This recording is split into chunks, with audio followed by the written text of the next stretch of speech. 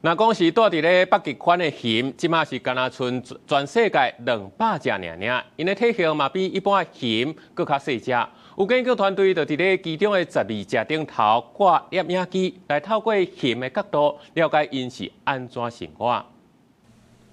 歪歪的镜头内面，虽望有一部分互碰细细的蚌蜊的头甲颔棍扎咧，毋过也是会当看到边仔有大大细细的蜊，伫咧无法草仔的大溪当中活动。这是美国阿拉斯加州上北边，完全伫咧北极圈内面的北坡，气候严寒。拢是山地，会当猎捕的动物也是采集的食物相对足少。伫咧较烧热的南部，靠近太平洋沿岸，食物资源丰富，常常会当看到棕蜊猎捕红鲢鱼，精彩的画面。当地的棕蜊毋若族群数量惊人，凊彩都有上万只。成年的棕蜊体重会当超过450公斤。若因住伫北坡的蚌蜊亲情，大部分无甲200公斤，上重的嘛无超过400公斤。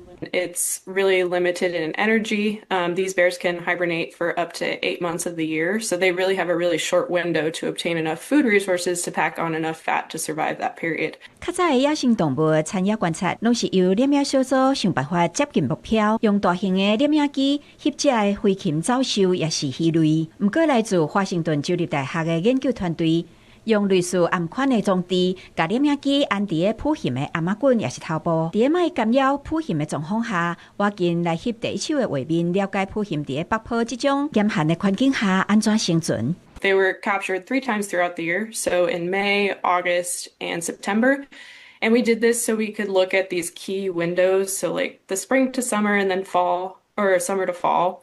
And it also allows us to maximize the amount of video.